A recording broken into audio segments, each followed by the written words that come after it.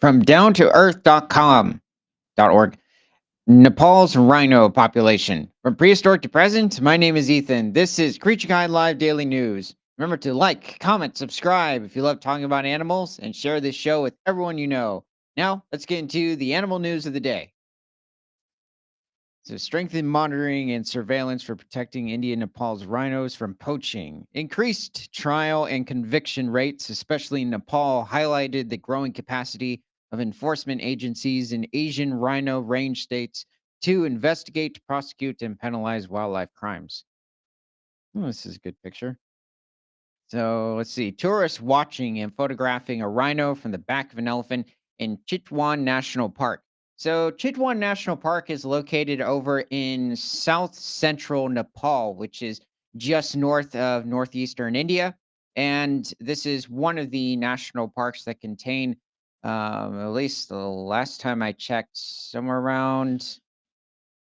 Actually, I don't know a specific rhino population for here, but in total, there are around 19 different protected areas within India and Nepal that contain greater one horned rhinos. Last time I checked, there were a little over 3,000, including all of these protected areas. This is also not including other conservation areas that breed greater one horned rhinos.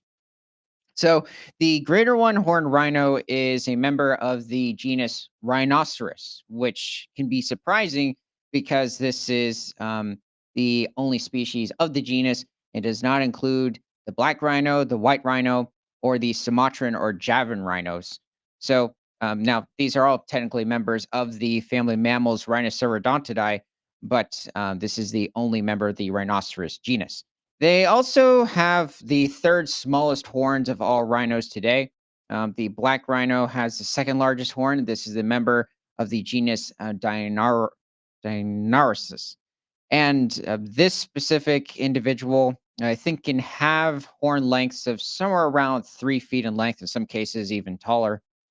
But this individual is more of a browser looking at the distinct dentry of African black rhinos and as well as their upper lip being quite distinctive among the rhino group, though it's a bit more close.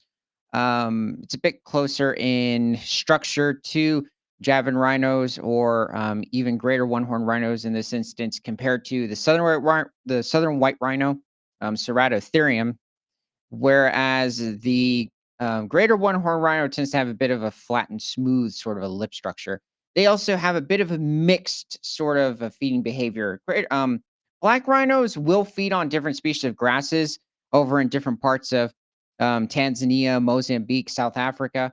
But over in India and Nepal, the greater one horn rhinos will actually feed on at least 17 different species of plants within the region, a wide variety of different seasonal grasses that they inhabit. Like back in this picture, this is all elephant grass. So this can reach over 12 feet in height. And it's also what the elephants in Chitwan National Park, as well as the bottomlands of the Himalayas, will feed on. So let's see who else. Actually, a wide variety of different species of deer will feed on it. And black rhinos can reach somewhere around 3,000 pounds, and the greater one horn rhinos are around the same size. So let's see what's going on. So the IUCN traffic report commends India and Nepal for their enhanced. No, we already went over that. Okay. Report by the. Oh, keeps repeating itself. The report particularly highlighted Nepalese convictions of individuals involved in poaching. Okay, come on. By the end of March 2025, the greater one horned rhinos had an estimated population of 4,075, with 3,323 in India and 752 in Nepal. Wow, so this is a massive increase from the last time I checked, and especially 752 of them just in Nepal. I think there are only around 3 or 4 areas within Nepal alone that contain the greater one horned rhinos. So this is quite miraculous. This was slightly higher than that reported at COP19, 4,014 greater one horned rhinos, due to a population increase of 61 greater one horned rhinos. I mean, that is quite remarkable considering their slow reproductive rate. Now, other animals within this specific national park, but this isn't at the park. This is over in the White Oak Conservation Area over in Florida. Let's see. Oh, yeah, and you can see a lot of black rhinos. Yeah, they're distinct lip structure. So their small upper lip helps them grasp like different acacia branches, kind of like a giraffe's tongue.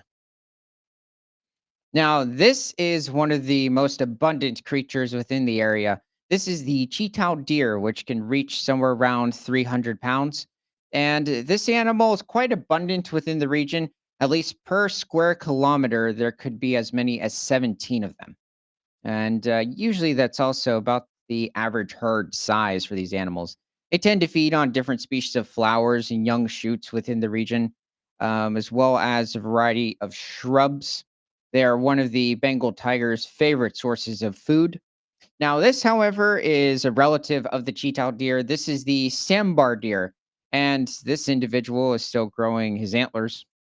So, um, just like pretty much all deer, even the ones over in southern Asia will grow and shed their antlers.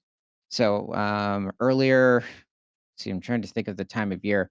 Yeah, but after they lose their antlers, they do just end up having small little nubs, and then they will immediately start growing after that.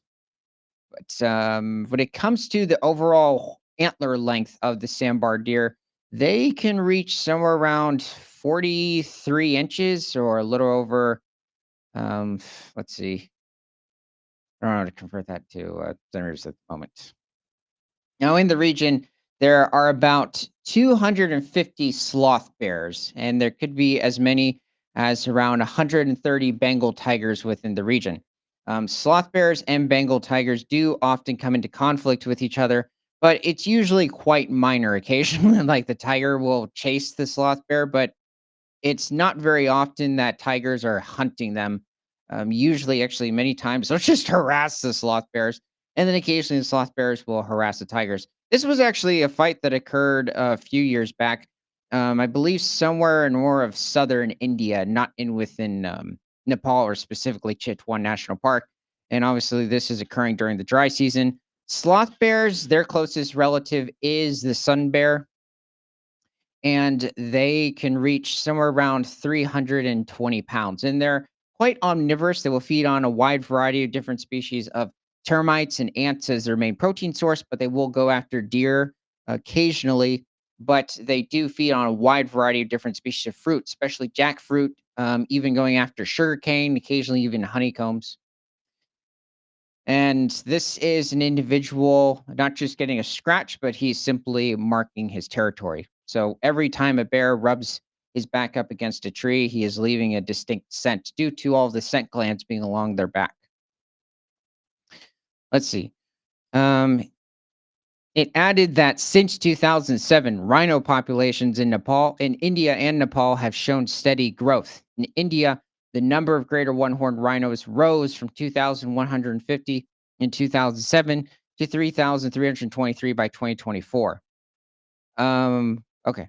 Reflecting successful conservation efforts. Okay, that wasn't hitting me. So that's actually a massive increase. Now the question is, because of all the occurrences with all these different populations of animals throughout the world, that their populations are increasing, but they don't have a lot of genetic variety. Like for some reason, everything's they're having the cheetah situation, which means that quite a few of them have inbred populations. So the question is, do these rhinos have a lot of genetic variety?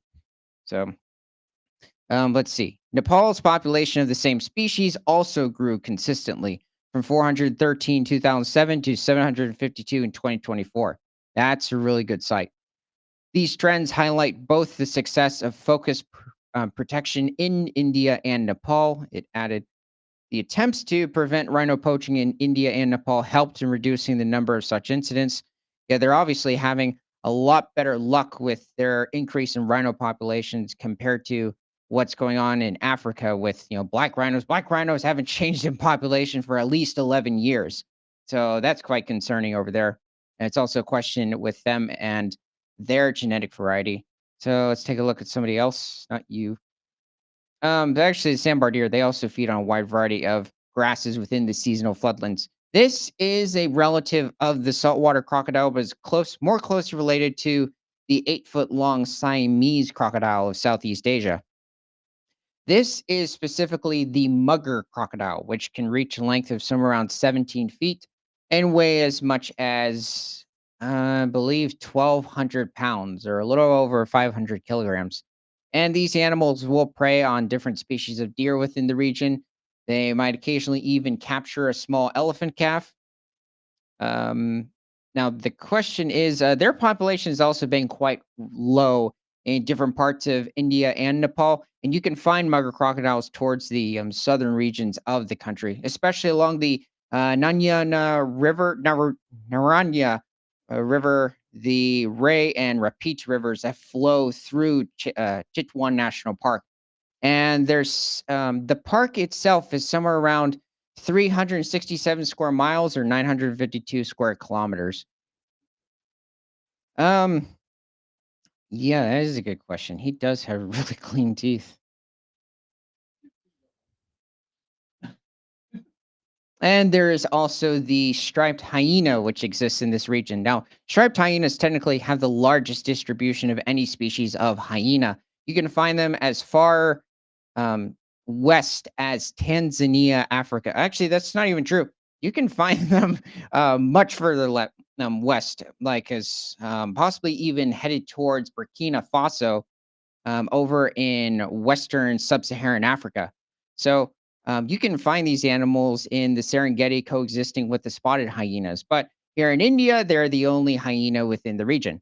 And striped hyenas, unlike the spotted hyena, the males are actually slightly larger than the females. So what goes on with the spotted hyena is quite unique within at least the just overall carnivore, especially even like the mustelid lineage, which also the striped hyena is a part of. So striped hyenas, especially with the males, can reach somewhere around 120 pounds, and they are somewhat omnivorous, but they do feed mostly on like different species of deer within the region. Occasionally, like the four-horned antelope, and they do have to watch out for even Burmese pythons within the region. Let's see. Oh, and so here we have a quite distant relative of American or European bison. Despite this animal being called the Indian bison, it's not one. It is a member of the Bovidae family, in which bison also belong to, but this animal belongs to the genus Bos, and is specifically the species Bos, the Indian gar. This animal, the males can reach somewhere around, what would that be? 220 centimeters or 6'2" at the shoulder. They're quite tall and have, let's see, they have a weight range of somewhere around 3,300 pounds. So they're much larger than any bison in existence. And they are closely related to the Baytang cattle, which exist in other protected areas, but I don't believe you can find the Baytang cattle within this region, which is another species of bos, but the males might reach somewhere around 2,100 pounds. Oh, and these guys also tend to feed on occasionally different species of fruit, but they tend to focus on a wide variety of shrubs or bushes within the region, as well as different grasses and flowers. So let's see. In India, 9 greater one-horned rhinos were illegally killed between January 2021 and December 2024.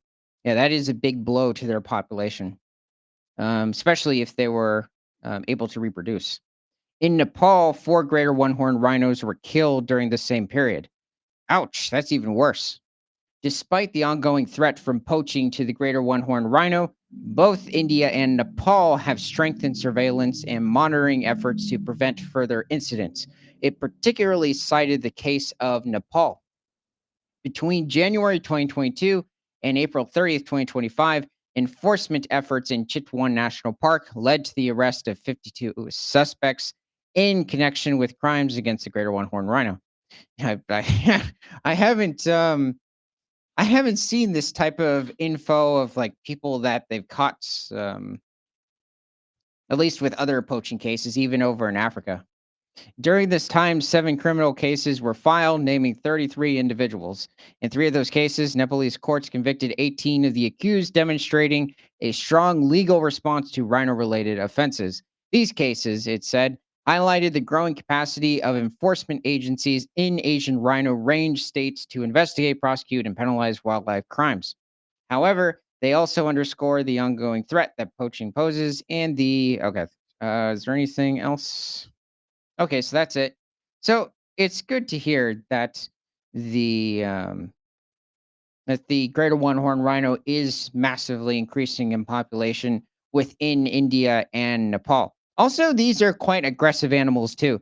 They're much more aggressive than white rhinos or Sumatra dragon rhinos. Those tend to be like the three peaceful species, whereas black rhinos tend to be a bit more aggressive. Gray one horn rhinos, I think it varies depending on the individual. Some might be more aggressive than black rhinos.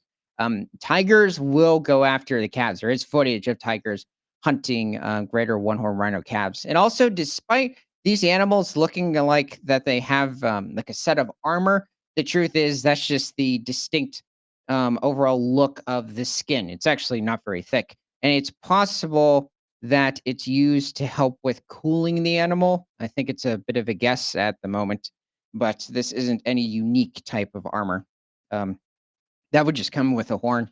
So let me know what your favorite species of animal in India is in the comments or Nepal. And from prehistoric to present, my name is Ethan. This is Creature Guide Live Daily News. Remember to like, comment, subscribe if you love talking about animals, and share this show with everyone you know, because nothing is better than all animals all the time.